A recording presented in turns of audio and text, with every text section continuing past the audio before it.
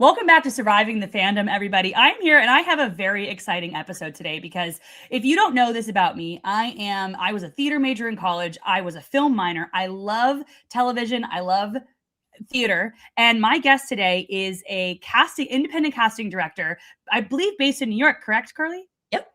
Based in New York. And not only is she incredible at what she does, but she's also a Survivor fan, which is so exciting. So I have Karlee Fomalont here today with me. How are you? I'm good. How are you? I'm so good. I'm so excited to chat with you about Survivor and like just life, just all that good stuff.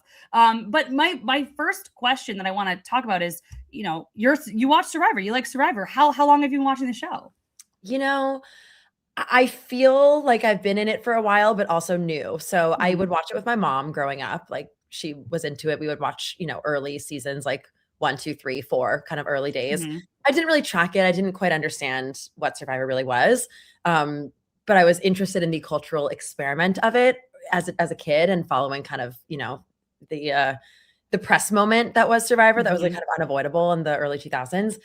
And my two best friends, they're both actors. They're married, Rachel Brosnahan and Jason Ralph. They're both huge Survivor fans, and they would watch religiously and always be like, you have to get into Survivor. Like, you will love Survivor. And I was like, I don't like reality TV. It's like not for me. I'm like scripted down. The only kind of reality thing I dabble in is home renovation shows. That's always kind of been the way I turn my brain off, like working and kind of living in a scripted space. I was a very dedicated Property Brothers fan. And, that was always kind of my, like, if I need a night off to just like erase my brain, I can't watch a scripted show at the end of a long day because I just think about work. So it was always kind of that. And then I think it was 2018, Rachel and I were on a trip and we had a long flight and we were sitting in like fancy class, we had like our TVs, and she was like, what if we watch China on my tiny little like shitty MacBook? And I was like, hell yeah. So the two of us like curled up in like fancy biz class, like with her tiny like little laptop, and watched like so much of Survivor China. And I was like hook, line, and sinker. I was like, oh, I get it now. And I think it makes so much sense that a lot of my actor friends really love Survivor because it is like an exploration of character and human experience and human behavior that is endlessly interesting. And then for me, I found as a casting person, it was endlessly interesting because every combination of different people made for a completely different society experience, dynamic, social rules. And it was just amazing how casting can define, but be endlessly interesting. And the fact I didn't quite understand the jury piece of it. And once I saw that, like, you have to build these relationships, explore all these things, and then come back and have to get those people to believe that you deserve it, was an element I didn't know was part of it. I just knew that you vote at the end to give someone $1 million, but I didn't quite like think about how that shapes the whole game. And I think it's kind of what makes Survivor have the lasting impact that it does is the jury piece. Because I think if it was just whoever makes it to the end, cool, like that's interesting. But there's so much that goes into like the strategy chess element of it. And I just was like so sold. And I became addicted to watching Survivor with them. We would watch it together. And then the pandemic hit and I became the stereotype that all we had was time. We had our little pod of me, Rachel, Jason, and our other best friend. And the four of us just started watching Survivor every day and going back through all the old seasons that we'd always said like, oh, you would love this one. You should watch this one. And we would just sit down and do it every day. And then I became so obsessed that I kept calling it independent study, where I would be home in my apartment and I would watch other seasons and then go over to their place at night and watch Survivor with them at night. So I think they didn't really know the monster they were creating. They let me into their Survivor world, but I discovered Rob has a podcast. I became the person that listens to it in the background of my apartment, and like it's my sports now. Like I'm too knowledgeable. My sports. Yes. Embarrassing, but I'm also completely unembarrassed by my love of Survivor. So and you know what? It's really interesting because I remember, so I met you at the Stereophonic after party because my boyfriend, we both work in hospitality. He was a bartender at that show. And so we had these tickets. It was great. And like my lore of why I even came up to you guys was because I had a video where I was doing like I holding my laptop and like mouthing the words to something, and somebody commented on that video and they said, who is this even for? Like, what niche? Who likes this? And Rachel Brosnahan responded and was like, me. This is who this is. And so when Ryan saw her at the show, he was like, there's a chance that she could be there. And I was like, oh my God, I have to ask her Survivor opinions. And then we started talking about Survivor, and I was like, this is so amazing because you just don't really know who is a big Survivor fan. And I think that you bring up a really interesting point, and this was something that I wanted to talk about. You know, I obviously have a background in theater, acting, and you know, Mike Bloom, you I didn't know that.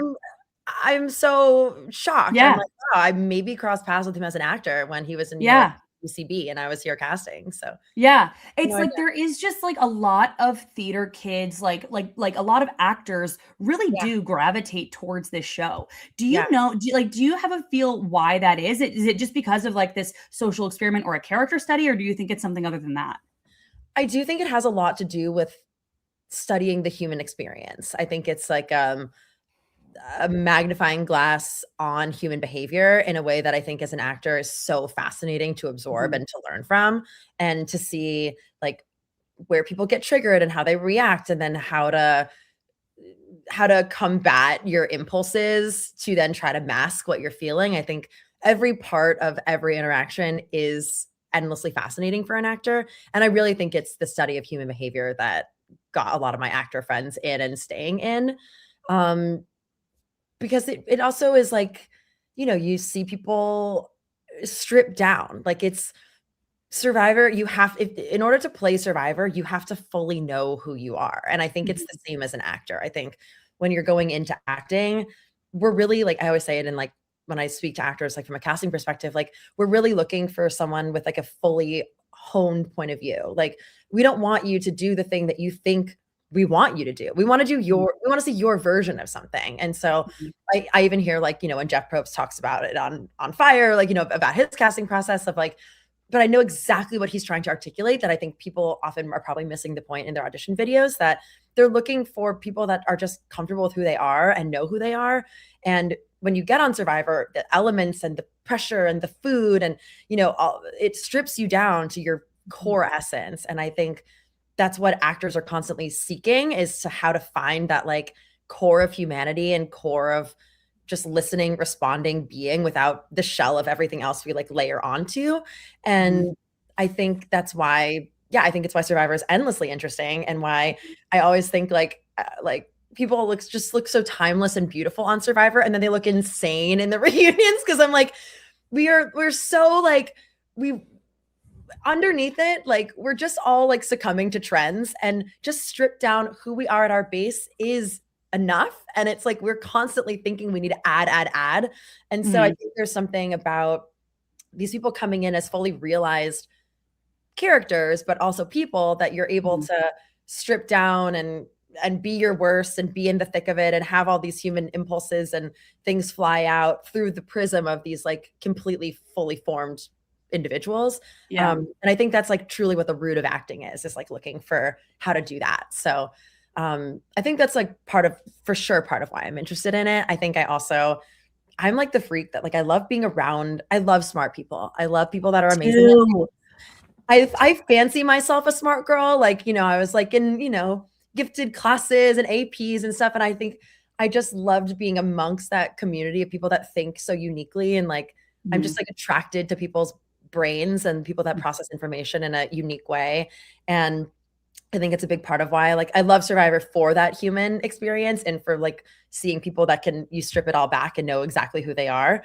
But I just love watching the way people's minds work and people discover new ways to do something. Like I love, Baz Luhrmann used to say when we were working on The Get Down, he loves when he's most interested in exploring people that create something out of nothing. So like most of his stories center around creating something out of nothing. And like, that's what Survivor will always give, is like every season, every couple seasons, like the form is reinvented and someone will do something like Rachel Lamont with A Shot in the Dark, or like people will innovate without the guise of I'm coming in and I'm going to make a mark. Like they're not doing the thing because of the result. They're doing something because they can't help but think on their feet in a creative way. And like, I just like, I'm endlessly fascinated by watching people's brains work like that. And I could watch that forever. I could not agree more. One of my favorite players is Christian Hubicki.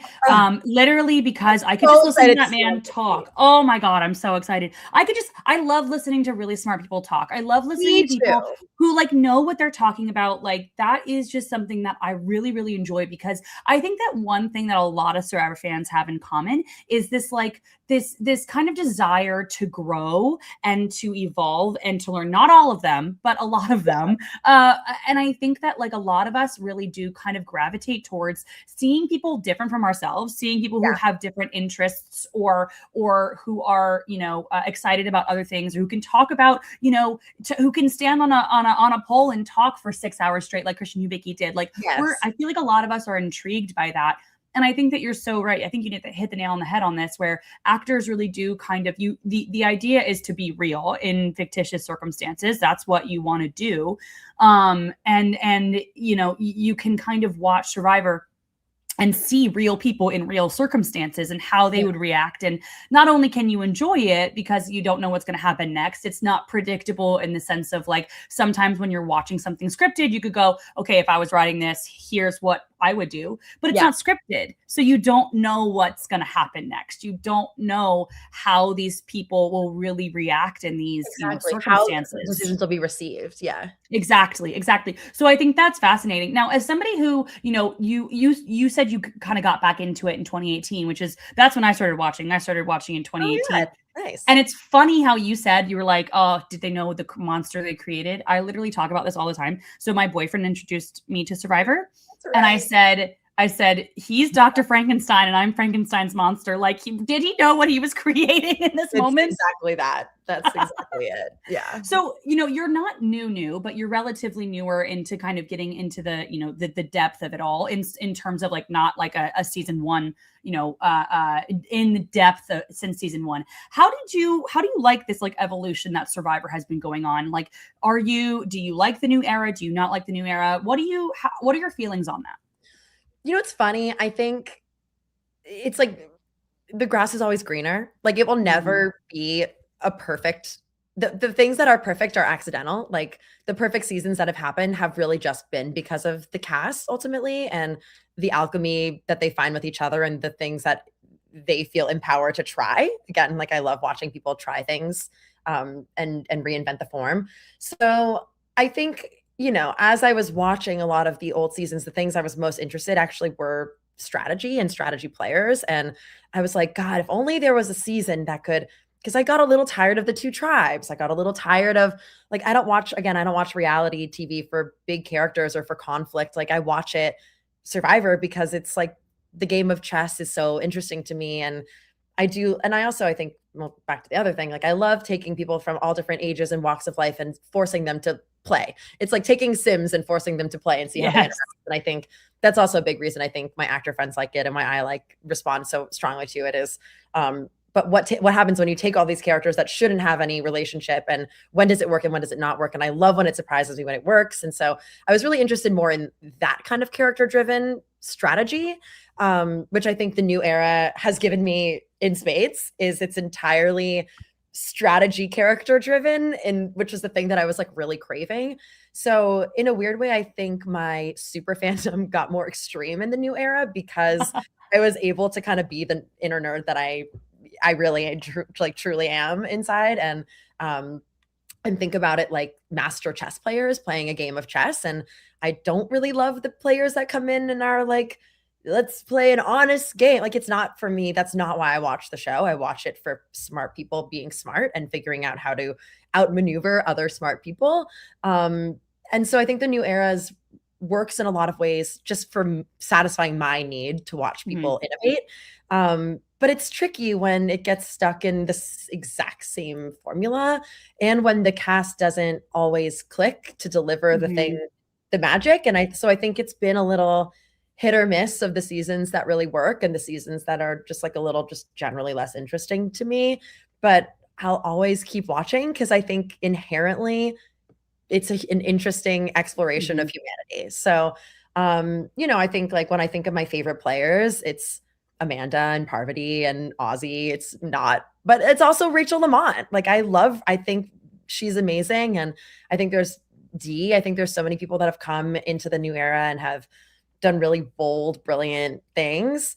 So, I think I kind of just generally love it all for little bits and bobs of why things worked and why things didn't work. And, when you think about early on in like early seasons, like it's sometimes really boring and sometimes like missing that So kind of, the drive that the flow that the new era has. So it's like, I don't know. It's like a little Goldilocks of trying to figure out the most interesting thing. But I would love as I get into the 50s of maybe making it more unexpected. Is it 2 tribes? Is it 3 tribes? Maybe we can get a few themes back in. So the monotonous, like we're still in Fiji. And it's like, they're all on the same beaches. Like my producing brain is like, but they picked everything clean. Like, how are they finding all of this bamboo that's ready to go? Like my production mind is like losing the magic of, and I miss the cultural exploration of it. I think that's when I starting with China in earnest on that plane got me really, really hooked. Was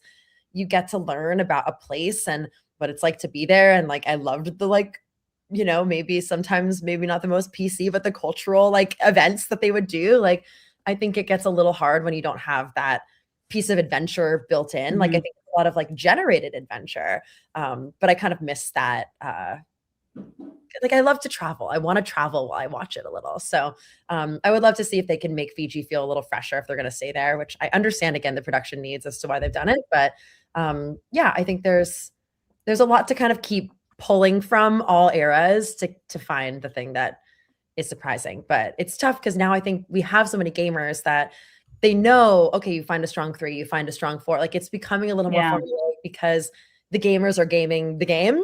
And how do we like mix it up in a way that makes it a little bit more unpredictable without it being up to chance? Like I don't like when Survivor is completely random. And because I think like acting, like the entertainment industry, success on Survivor is the intersection of preparation, talent, and luck.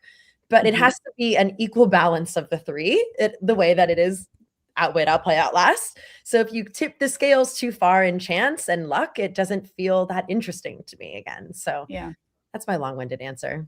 I know, I love it. And I think that, something that's really interesting to me is we keep, and this is something that I definitely wanted to talk to you about because you have such an interesting perspective because you are, you're a casting director. You've worked on so many like amazing things. Like you said, The Get Down, Complete Unknown. I'm pretty sure also the Post, right? Or The Post.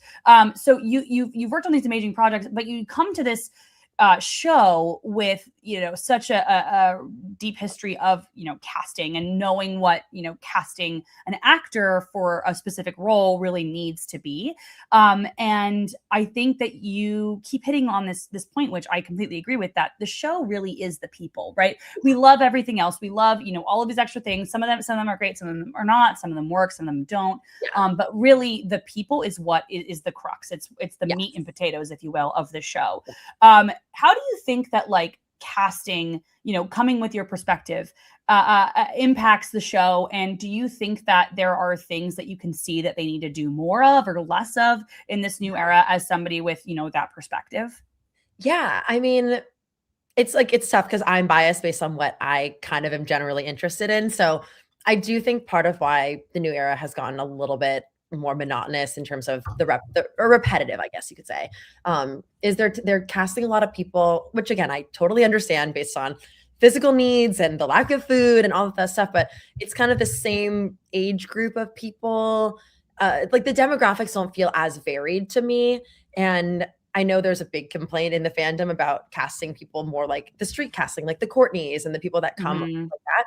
I personally prefer when people are knowledgeable about the game. Like I don't love it as much when you're dropping in someone who doesn't have a lot of experience or knowledge about how to play the game with people that really know how to play the game. Like, because I'm someone who just is more interested in the strategy side of things. I like when everyone has like a shared language about what the game is, because I think there's more opportunity to do something interesting.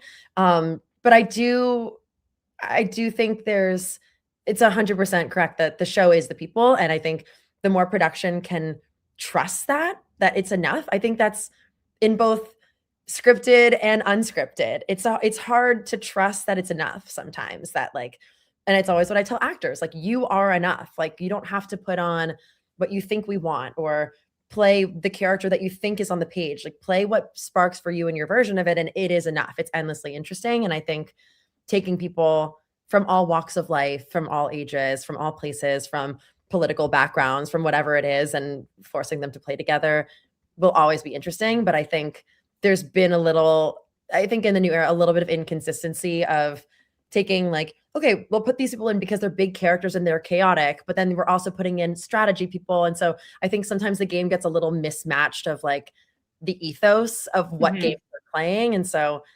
it can be a little tricky, I think, in that regard. But I think like the more that they can really just trust, sorry, no, you're good. Yeah, no, trust the people. Trust the people. You gotta trust the people. Like, don't overpopulate it with advantages or things that are based entirely in luck. I don't know. The weather has killed me suddenly. Oh, I know, it's so cold. Here's the thing, like, you're so right. And I think that like there is this thing where they're trying to recreate things. Like, you'll see, like, for example, how they've simplified this. I come back to this all the time. They've simplified like how hidden immunity idols look so that people will make fake idols, which I get, but like, there's something about Ozzy carving a face into a stick and that being, you know what I mean? And it's that hard to manufacture that same thing. Yeah, exactly. Yeah, they're like spoon feeding innovation in a way that makes it take away from it. And I also think a big disservice of the 26-day game is lack of just camp time. Like, I do think we need to watch them rot together a little bit, because that's where the like true bonds are formed, you know, is when you're bored. That's when interesting things happen, when you let people be bored and uncomfortable, because that's where natural conflict comes up. And again, not conflict for conflict's sake, but conflict that will be integral to strategy and decision making about who can you work with, who do you want to get voted out. Like, when you make impulsive decisions based on how you feel, or someone's snoring, or someone's like, you know, coming off of their cigarette addiction and driving you insane, you know, whatever it is, like, that's where magic happens, is just letting people be together. So again, like, the more that they can just trust that their cast is enough and try to cast different, like, I would love to see varieties of age, type, but people that are knowledgeable about the game and want to come into play, and aren't there just as characters to entertain, to then get voted off early. I think like the Bonus, I'm not interested in them taking up space on my TV. I'm not interested in that journey. And then the more that they can just support letting those relationships flourish without having to do so much, like, just let them be sometimes. I think it's enough. Yeah, it's so funny. So when that after party was happening, it was, I think, like 4 episodes into season 46. And I asked you both, I was like, so how you guys liking the season? And you both went, I don't know. and that was when I had been becoming friends with Kenzie, and I was like, I feel like we've got something here. Like, I feel like there's something here. I really hope you guys can stick it out, because I don't think that Banu's going to be lasting the longest. And then it ends up being this like chaotic, crazy season. Yeah. But you know, it was 4 pretty much solid episodes of Banu, and that's pretty much it. This is my other gripe: the Disaster Tribe. We're done with the Disaster Tribe. I'm done with it. It's not interesting. It's not interesting TV. It's interesting. I think the most interesting games, I mean, ultimately, Survivor for me is the post-merge. Like, I slog through the pre-merge, get to the post-merge, because the post-merge, doesn't matter what, will always be interesting, because the individual game is endlessly fascinating, period. Like, that's why Survivor can go on forever and ever. And I think they're constantly trying to figure out how to make the pre-game, not pre-game, but they're trying to make the pre-merge interesting. And I think they thought, once they got a Disaster Tribe, and they're like, well, this will be the thing. Let's just keep fucking it up for one group, and then we'll focus on them. And like, but it's like, that's just not interesting to watch one group suffer and then no one else. Like, we need to see everyone go to tribal council. The more like, you're not playing Survivor unless you're in tribal council. And I feel like we keep getting winners that don't do anything for the first half of the game and start the game at the merge. And so I would love to see more balanced tribes. That it's interesting when they all go to tribal council before the pre-merge. Like, it's insane to me that we can let this happen anymore. So I agree. Have you seen the tribal breakdowns for 50 yet? yeah. Yeah. And I literally feel like there's a disaster tribe even on 50. And I'm like, why are we doing this? Yeah, and I can't tell if it's like it just feels unbalanced because the other tribes have such jacked guys that you can't really, like, what are you supposed to do when you have Jonathan and you have Joe and you can physically hold up 10 people above their head and walk them through the ocean? Like, it's just a different thing than when you have just normal people. But yeah, I don't like watching pre-merge where I don't meet people like Sophie, Purple Sophie. I kept calling her Purple Sophie, but because she got purple the whole time. Sophie Segretti. So the yellow. Yes. I was like, she's been purpled the entire season, to the point where I was like, the edit is now ruining the show for me because you're telling me not to care about this person, where I'm like, oh, I kept being like, oh, she's obviously the next vote. But then she made it to the merge and then had this interesting post-merge game. And I was like, well, what are they trying to tell me by editing this way? And also how unfortunate that we haven't met all these people in a well-rounded way because no one went to tribal council. Like, it's not, we need, again, trust that the people are enough and like make us, let us meet them, let us watch them. Like, that's gonna be endlessly interesting. We don't need to have a storyline that's like the failing tribe and they're suffering. Like, I just want to watch all of them play and then get to the merge and see who the best people are that get to make it to the merge. Because a lot of people make it to the merge now that I don't think deserve to be in the merge because they've never been to tribal council or they've never had to like put the, what do they say, the metal to the pavement. I don't know. They've never had to like show their cards and actually play. So I think I like to see it more balanced. I totally agree. No, they weren't very balanced either. No, one season. 47, Rachel Lamont's season. That's what everybody went to tribal council. Yes, and that was everybody says that that's probably one of the better seasons of the new era. And it is. Why do you think that is? I agree, and I think it made for a more interesting post-merge because everyone had already started playing. There wasn't like an uneven. Someone's been playing, like poor Blue Sophie played when no one else had to play for like 2 weeks or whatever. Like, it's just madness to me. And it also sets you back. Like, for example, Sophie, Belardi, Blue Sophie, right? She only had one person on her originating tribe on the jury. So like, it's kind of even like, even if you go to the very end and you don't really have anybody there, you only have one person. And yes, we see like Denise Stapley win from a disaster tribe, but it's very rare where, I feel like you go to a disaster tribe and you just don't have the same people because no one cares when you're sitting out there at Final Tribal Council and there's a jury. The jury's, it's about the people on the jury, right? They're like, okay, this is my time. They're not like, oh, you were so hungry for 10 days. You should win. You survived that. Exactly. Like, I hope no one's fucking dying out there. I hope they all survive. Exactly. So yeah, I find that very interesting. You bring up a really good point, and I want to talk about this with you because obviously you work in film and television, and this is one of the reasons why I loved this show. So when I started watching reality TV, I watched like The Bachelor. I watched and those are fun. Those are great shows, like similar kind of shows like that. But the thing that really not only the game that really got me into Survivor was how they edit it, because it does feel very cinematic. It feels very there's obviously a story they're telling with the edit, and you compare it to like Big Brother, for example. How does that change the way you watch the show? Is that something that, do you delve into the edit? Do you think about that a lot?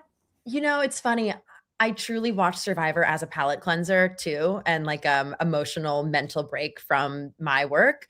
So I more get mad when the edit tips its hand too much, or like I don't really like to, as much as I love to think about the cast and the characters and the players and why I love them, I don't like to think about how the sausage gets made actually at all. Like, I have no interest in how Jesse approaches it and what the archetypes are and how he decides, how they together decide like which players are on which tribes and how to build it. Like, the less I know about that, the better for me. I like to come in as like a tabula rasa. I'm like, just drop me in. I'm a blank slate. These people just are here to exist for me.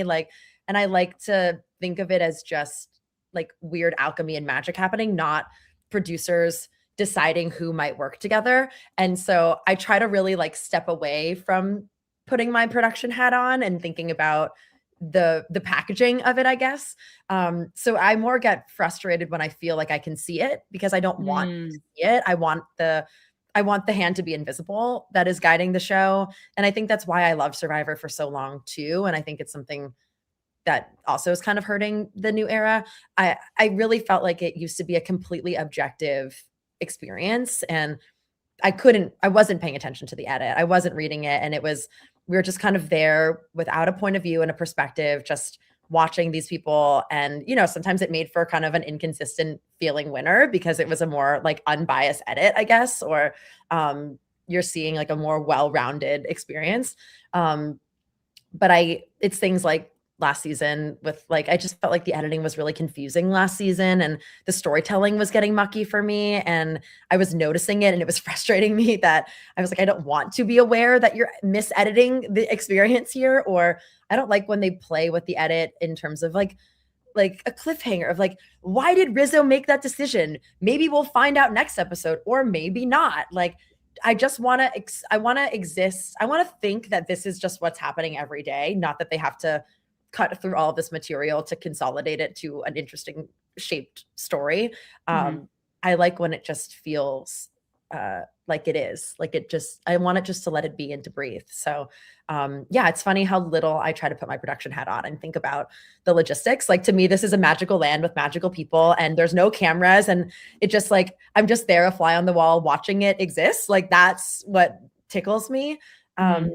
Yeah, because people in my life all the time are like, would you ever go on Survivor? Would you play Survivor? And I'm like, for so many reasons, no. Like I could never do it, but I think I just have no interest in breaking the illusion of the cameras at Tribal Council and, the breaking off for the interviews and how all of that stuff happens. I love to just pretend like this is just the world, the Truman Show. I totally get that. I always say, so I work in hospitality. I'm an events director at a restaurant. And there are two things. Like I don't watch like The Bear or anything like that. Cause I'm like, that's too, I can't take that home. Like that's too real. It's like almost too good. I can't do it.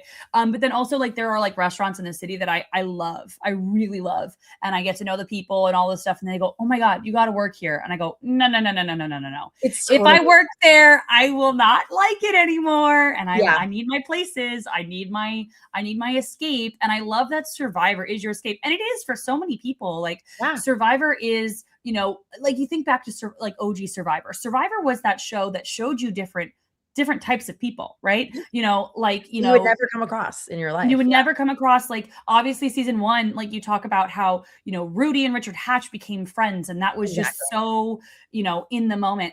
But you explore other places and you explore other people that you might not know. And obviously today it's maybe not as important or as big of a thing because we have the internet now and we have but I still love seeing these like people who would never ever meet in real life become friends, or like, for example, Matt and Franny from season 44 are like together. Yeah. Watching magic happen. Yeah. Exactly. I find that fascinating. And again, we've said this 1,000 times on this podcast, but it just comes back to the people. It's just like, it is. And that's why, I say like Survivor is like pizza. Even when pizza's bad, it's still pizza. Exactly. You can't fuck up pizza. You really can't. The ingredients are too timeless. Yeah. Exactly. And there might be ones that like, I like this version better and I like this one better. But I think that even when it's bad and maybe even predictable, I feel like there's something for almost everybody. Like I genuinely think if almost anybody sits down and watches Survivor, they'll like the show. And one thing I've noticed, and you've probably noticed this as well, is there is this like resurgence now. Obviously COVID helped. But the Golden Globes a couple of weeks ago, there's the cross promotion because it's CBS, and obviously Survivor 50 is a very big deal. But there are people asking people on the red carpet of the Golden Globes about Survivor and their fandom. Have you noticed that more people in your life are watching the show and talking about it? Yeah. It's wild. Like we have a huge group of friends in New York that all watch Survivor. And I have a really close friend in LA. One of my best friends is in LA and she watched it growing up with her mom. And she was like, it's weird. It feels like a New York thing. Like none of my friends here watch Survivor. And I was like, A, no. And B, I don't think that's true. I think like, people are probably watching it and just not talking to you about it. But she got back into it, and now we talk about it all the time, and like she's completely addicted. And yeah, it's funny. Like I've got actually for my birthday this year was the premiere of 49. Love. The 24th was the night, Wednesday the 24th. And so my friends were like, "Oh, do you want to go out to dinner for your birthday?" And I was like, "No, I have to watch Survivor. Are you crazy? We're not going out and missing it." And then I realized, oh, every single person that I would have gone to dinner with also loves and watches Survivor. So there was like almost 20 of us. We went over to Rachel's house, and we ordered food, and I made buffs. Like we all had buffs, and it was agent friends. Like, I have a lot of rep friends that love Survivor, and casting friends and actors, and just like our college friends that like everyone in their little pockets like watches Survivor for different reasons and has for a long time. And so we've got like a really like robust community here that like loves Survivor and watches it together. But I do feel like it's kind of everywhere and in a weird way now. And I really think the pandemic kicked that off. And I think people are now educated and excited for a returning season because we haven't had that since people really got into it. So I think with the anticipation of 50, even my cousin who lives like outside of Portland, I didn't know she watched Survivor. And now it's something that we've bonded over and gives us something to talk about and call each other about and be in touch about, which is really crazy. So, and she's, asking me, what do I need to watch to study up for Survivor 50? Which seasons do I need to like revisit? And so I'm like giving her lists and things, but I do think like the pandemic timing and this being returning season, and yeah, I don't know, it just does feel like it's having this like cool cultural resurgence and like in a new way. It's interesting. So I had Dalton Ross on this podcast, and he said something that really resonated with me, where he said it felt like for the longest time, Survivor was this guilty pleasure that you didn't tell anybody about. Like it was like embarrassing if you watched Survivor. And you want to know something about me? I watch Survivor. Yeah, exactly. It was like almost like a secret, gosh, it's my guilty, whatever. But now I feel like more and more people are coming at it like you are, like how you talked about how, you're you like seeing smart people do things or analyzing the gameplay. And it's less of something that you do behind closed doors. And now it's something that more people just talk about. Because for the longest time, like before 2020, I would say that I watched Survivor. We got to go watch Survivor. And people would go, oh, that show is still on. Yeah, exactly. And less people are saying that now, which I'm obsessed with because I don't have to explain myself so much. Yeah, completely. Because, people who get it, right? And again, not everyone's going to love it, but the people who love it, I mean, really, really do love it. I always say it's my sports. I listen to the preseason interviews. I listen to all the preseason, like, especially for 50 about like analyzing their past games. Like these are my athletes. This is my sport. And I don't like sports. I know literally nothing. It's my biggest blind spot. I know nothing about sports, but I listen to this like it's sports commentary. And like I'm learning about A-list Yankee players and how they're going to be traded and what their training is like. And like, I feel so invested in my little Sims, my little chess pieces that are coming to like, play their sports game against each other. And I think like it fills that void for me in a way that I think probably does for a lot of other people too. Absolutely. Who are you? Okay, I have 2 questions about 50 for you. Who are you most excited to see back on your screen? And who is somebody that you are really sad is not on the cast? My first instinct is Jesse. I'm really sad Jesse's not back.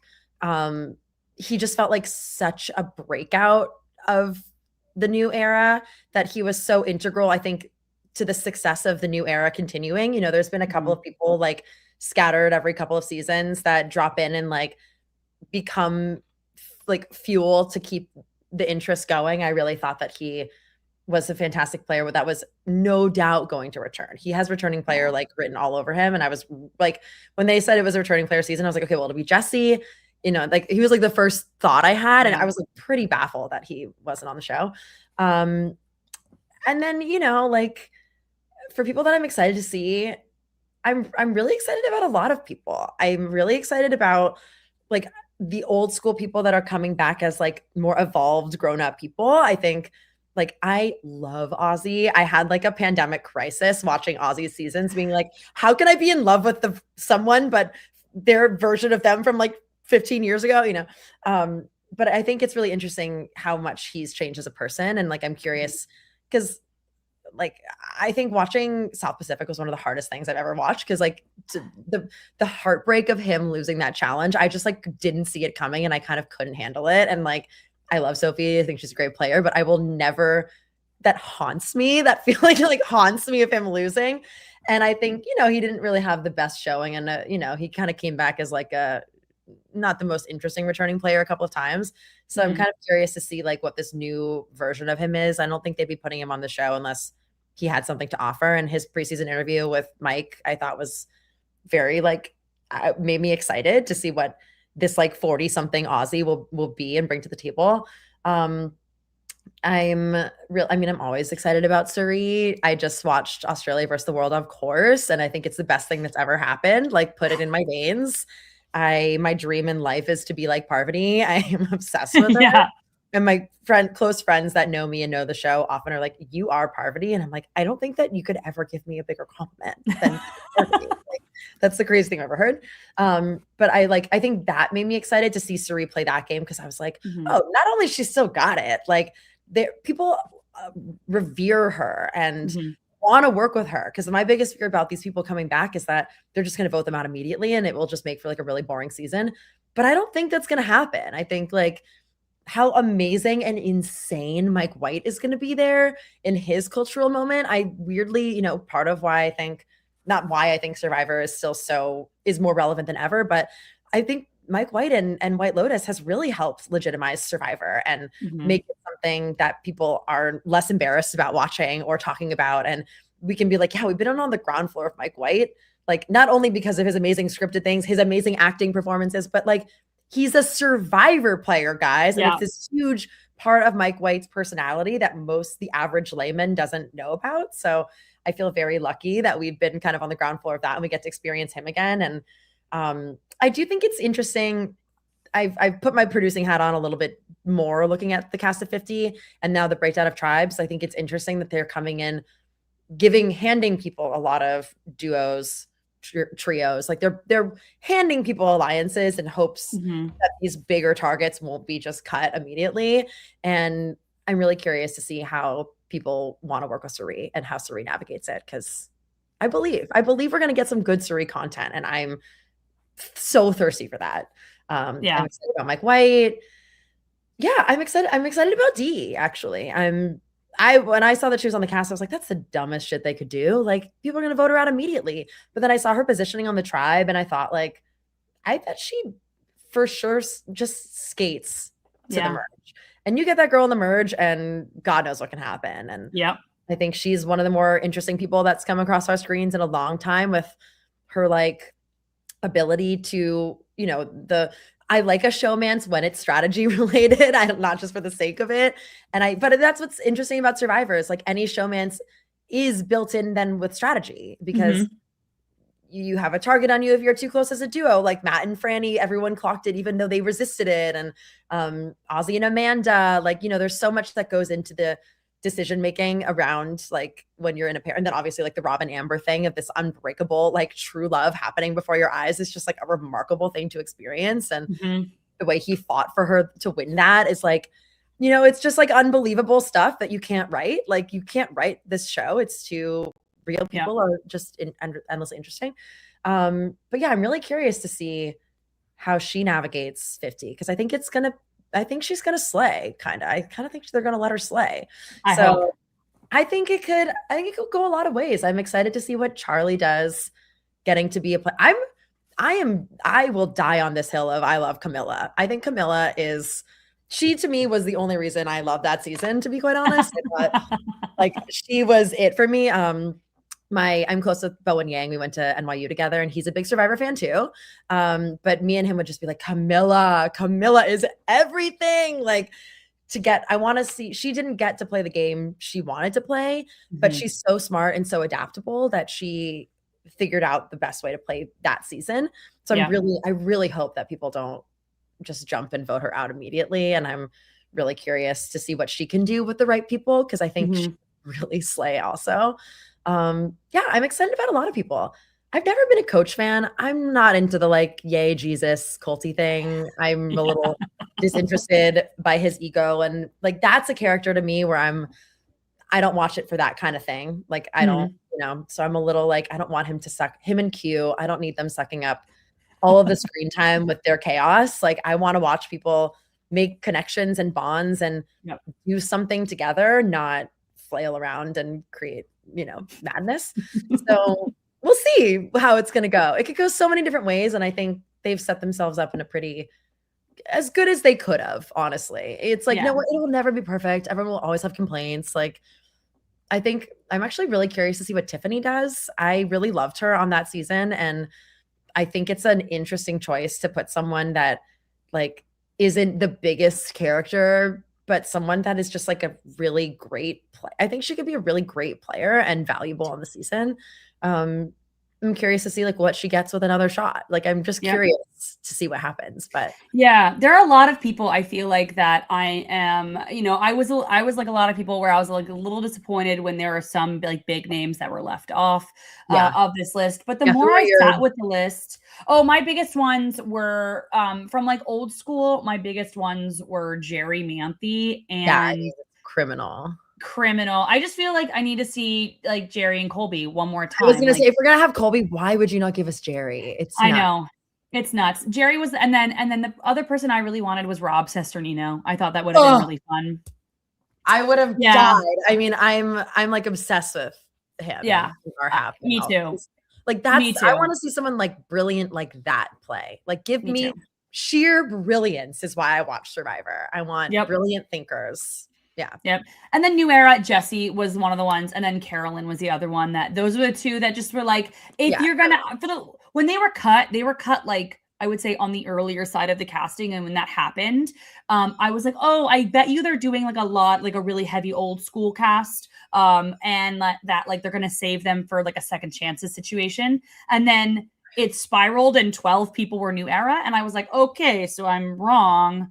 Whatever, we'll figure it out. The thing that makes me most sad about Carolyn not coming back is I watched that season just blown away by her brilliance. Like the way her read, her impulses, her gut, the way she reads people, like she was such a master strategist in a way that I was way more interested in watching her strategy brain than I ever was with Jam Jam, than I ever was with Carson. I thought like they kept getting, Carson would have won. He was the strategist. And I'm like, what? She was out here innovating and thinking and like really proved herself as this like unexpected, like she's the most interesting kind of big character to me, where it looks like character, but underneath it, it's like what I wanted from Sage until we got a little lost in the sauce of this big character. And then underneath it is this really complex, interesting, dynamic thinker. And just like a huge disservice to the show to not, now that we know her and we know her power, to not let her play like the big dogs, because I think everyone in her season treated her like a kook and not like a kooky person and not like someone coming in with a lot to offer, and was a very equal partnership in that trio to make the success of that go as far as it did. And I would be so interested the way that it'll be interesting to see like Camilla with people knowing who she is, like, when the gloves come off and people get to be put back in, like I would love to see people take her seriously as a Survivor player, because she's brilliant. And like, it's really sad to me that we don't get to see that. Not even for her character, just for like letting her really play this time. Like they didn't even like, let her really play or take her seriously. Yeah. So, I'm excited for Camilla too, also because I like that they didn't put Kyle and Camilla on the same tribe. I like that they separated them to like give them a chance, like give them both a moment to be like, hey, at least we're not together. And maybe one of them gets voted out a little bit earlier. And so then the other one is going to be able to be like, well, hey, I don't have my other half, so we're good now. Right, guys? So like, I feel like there's that. And I'm glad they did that. What? I just feel like Camilla's going to suffer again by having Kyle there. And I hope Kyle goes to let her play. Like, we'll always be under his shadow and we'll be afraid of her if he's there. And I just like, she deserves to play, like to play. She's so good. The other thing I do love about the New Era, we've had almost entirely female winners. It's like, there's something about this format that's really letting the women shine and rewarding the women. And that was something that always really bothered me about earlier Survivor, and even like in the mid eras of Survivor, as it felt like a very male centric world and rewarded a lot of masculine qualities and masculine things. And there's something about the new era that is letting the women really thrive and take control. And it's amazing to me. We've had almost entirely female winners. I guess like who else? Yeah. Kyle. I mean, Kyle, Jam Jam, and Gabler are the three yeah, in the new era. that's But right. that's, I mean, like, you know, But it you think feels about mostly women have it dominated is. it. It's Yeah. because it's like two women and then it goes two women and then two men and then Yeah. three women and then a man and then a woman. Like Yeah. it's not, it's very separate, I think. And you know, we came from the 30s where the 30s were what? We had like 5 dudes win in a row or something. Exactly. I was not loving that vibe. Yeah, so much. Agreed. And I 100% love that agreed. we, you know, of the male winners, like 2 of them are diverse. 2 of them are people of Yeah. color. And like, I think that's amazing that like we can have Kyle and also Jam Jam. I'm like, yes, like I love that we're getting like gay men out here doing their Yeah. thing. It's I like, think Jam Jam like is the first openly gay person to win since Todd Herzog in China. Yeah. So that was like, I think that the new era has been, I think that there's a lot of things like lacking in the new era, but I think one thing that is definitely has been a really nice breath of fresh air is that I genuinely feel like anyone can go out and win. Whereas there was a big chunk of time where it just felt like you had to be this one kind of person. And obviously there would be people coming through that would win and, you know, it wouldn't be the same every single time, but you know, it really felt repetitive in that sense. And so now I feel like it just kind of, the doors are open to, I feel like more kinds of people to be able to win the show. I couldn't agree more. And I also think one thing that really is working about new era casting is with the kind of like diversity mandates and diversity pushes. I think we've now settled in where it just feels like we're getting to cast interesting people from different walks of life and different backgrounds. And, you know, we can have this multicultural, multiracial group of people come together and it feels less deliberate and it really feels like anyone can win and we get to watch people bond because of their Guyanese heritage or, you know, what I forget now what they were. I totally just said what I'm sure is completely they're from the Guyanese, yeah. But like you can find, you're allowing people to bond because of their like background, their heritage, their racial connections. And I think that's like a huge piece of interesting storytelling that happens in the world. Like you want to support, like, I think the discourse around the Black players is super interesting of like, and it's true, like the Black players get voted out, like after the merge, a lot of them go like in a row. And I think it's really interesting to see them be aware of that and try to protect each other in that. And, you know, I think there's like a lot to explore in the social dynamics of the race politics that happen on the show that I think we're finally able to kind of explore in a more holistic way. And I think it makes the country better for that, to get to experience that, you know? So, yeah. I totally agree. I think that, I think that the show has been, you know, like I said, like I would love it for it to be 39 days again. You know, I feel like there's a moment in season 49 where it was, you know, what was his name? Juwan and Savannah, when Juwana kept using Savannah's stuff. Yes. I was like, man, if this were a 39-day season, he would have been voted out. There would have been a much bigger blow up and he would have been voted out way earlier. Not that I liked Juwan, don't get me wrong, but like he would have been voted out a lot earlier because I don't think Savannah would have been able to like do those down days with Juwan there. And I feel like that is something, but I do think that there are pros and cons to everything. You know, it's nothing is going to be perfect. Nothing is going to be amazing, but you know, I'm always on the side where I like to feel optimistic about the show and look at the things that I prefer. And obviously if we want to, you know, obviously critique and change some things, but I think that the new era has had some highlights, I think. And I'm excited to see what happens in 50. I mean, you were saying all of these amazing things about those players, and I'm excited to, you know, see them all interact and see how these old school players do on a faster paced game. See how these new era players play with people, you know, who have been playing this game for 26 years, you know. I'm just very curious to see how they all interact. I'm so excited. Yep. All my Sims are going to play and I can't wait. And it's kind of like what we were just saying of like casting people from all walks of life, from different experience, ages, backgrounds, but all care about the strategy of the game. I feel like that's what we're actually getting with this alchemy. I'm really curious to see like, what alliances form between new, old and old era.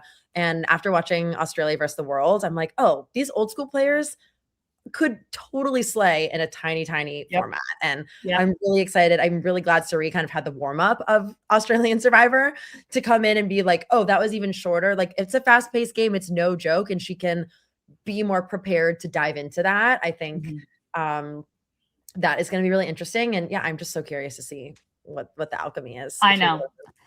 I'm so excited. And you know what's also something I just thought of? I'm really interested because you probably saw that the cast for White Lotus season 4 dropped.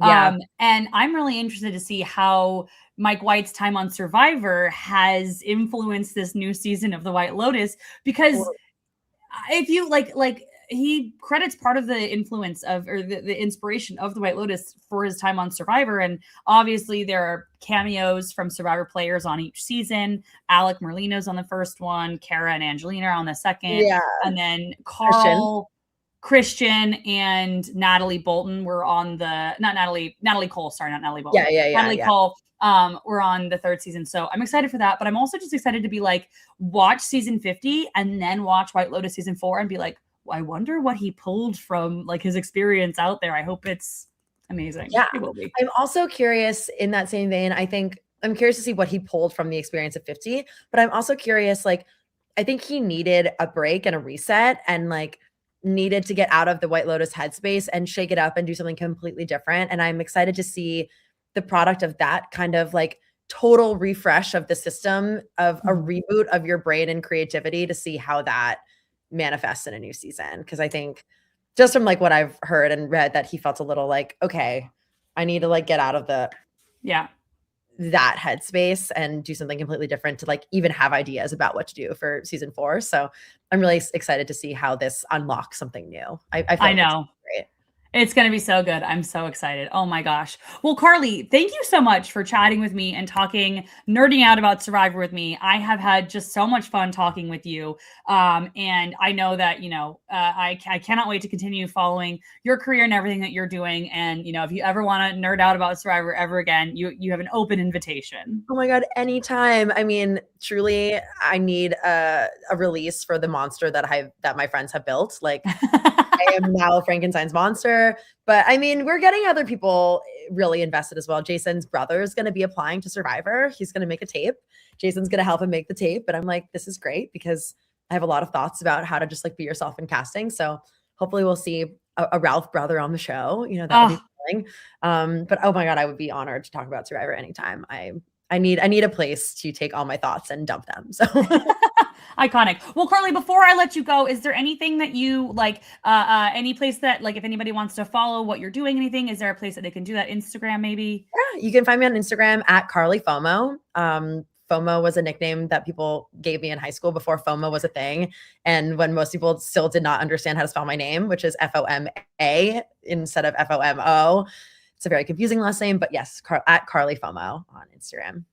Fabulous. Well, thank you all so much for listening. And I will be back next week with another Surviving the Fandom. And we have so much more content before season 50 drops. Obviously, we're doing our drafts and they're celebrating Survivor. So make sure to keep up with all of that. And I will see you next time. Thanks so much for watching. Bye. Thanks for having me.